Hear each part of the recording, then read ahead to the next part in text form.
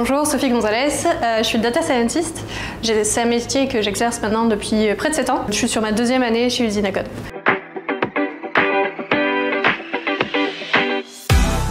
Simplement, l'intelligence artificielle, c'est un domaine de recherche qui vise à concevoir et développer des algorithmes qui se veulent imiter au mieux les capacités d'apprentissage et de raisonnement des êtres humains.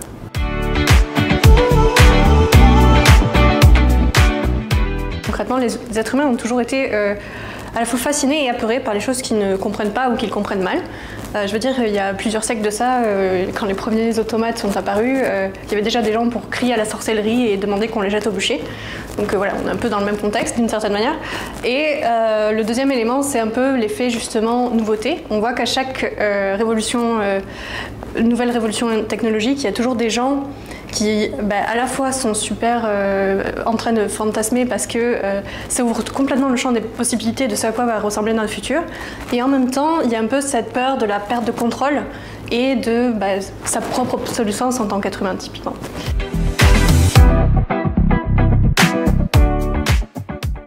En 3 axes, je dirais. Le premier, ce serait qu'effectivement, il y a des métiers dont ça va réduire la voilure ou automatiser en fait les tâches que les gens faisaient ou carrément les supprimer parce que ça les fera plus vite et plus efficacement. Il y a aussi le fait que ça va sûrement créer des emplois parce qu'il faudra bien des gens pour entraîner ces IA et ensuite les entretenir et les déployer.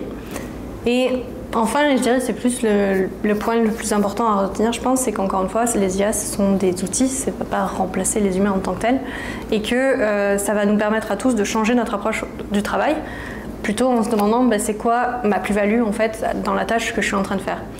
Et si une IA peut la faire mieux que nous, ça nous permet de se concentrer justement sur les choses qui nous intéressent vraiment et sur lesquelles on va avoir le plus de plus-value. Et ça, je trouve que c'est vraiment très bénéfique d'un point de vue sociétal.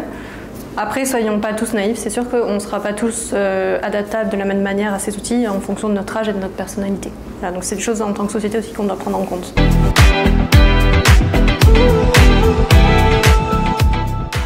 Concrètement, il y a surtout 2 domaines dans lesquels moi je trouve que l'IA vraiment apporte des choses qui sont vraiment incroyables. Ce serait par exemple le domaine de la santé, en particulier ce qui est fait au niveau des prothèses de membres pour les gens qui ont perdu un bras ou une jambe.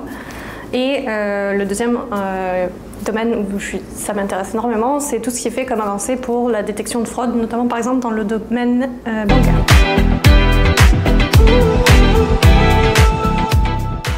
C'est qu'il faut des gens qui ont de l'expérience. L'expérience à la fois de bien comprendre que pour avoir la bonne IA à la fin, il faut avoir bien compris le problème qu'on essaie de résoudre avec cette IA. Et là, c'est important de savoir démystifier avec, par exemple, la personne qui commande le projet, c'est quoi véritablement son besoin. Et ensuite, on va pouvoir, nous, découper le problème, parfois en sous-problèmes, et apporter différents éléments de réponse à ces questions. La deuxième chose, éventuellement, c'est le fait d'être bien au courant que réussir un projet d'intelligence artificielle, c'est pas seulement avoir un bon data scientist, c'est que derrière, il faut aussi une équipe. C'est pas un data scientist tout seul qui va aller tout seul mettre un projet jusqu'à la production. Moi, j'ai besoin de personnes, par exemple, qui vont faire du développement BI pour s'assurer typiquement qu'une fois que j'ai fait un joli modèle qui est bien entraîné, que par exemple la data en temps réel, elle m'arrive bien en temps réel, que les calculs vont bien pouvoir se faire au bon moment, au bon endroit, qu'il ne va pas y avoir de perte d'intégrité ni d'information. Et qu'à la fin, les résultats de mon modèle aussi seront bien rendus à l'utilisateur, peu importe la forme graphique que cela va prendre. On va aussi vouloir, par exemple, encapsuler ces modèles éventuellement dans du software. Et là, il va nous falloir des développeurs, et c'est aussi quelque chose qu'on fait beaucoup, du custom dev chez Usine à Code, pour faire un joli package finalement autour de cette IA et pas juste avoir quelque part du code qui tourne pour faire une prédiction. Le dernier point, éventuellement, c'est aussi que quand on démarre des projets d'IA, on n'a pas forcément à sa disposition les infrastructures IT qui vont avec, ni les bases de données, ni la puissance de calcul nécessaire par exemple à entraîner des modèles. Et là encore, il y a beaucoup d'erreurs à faire quand on démarre.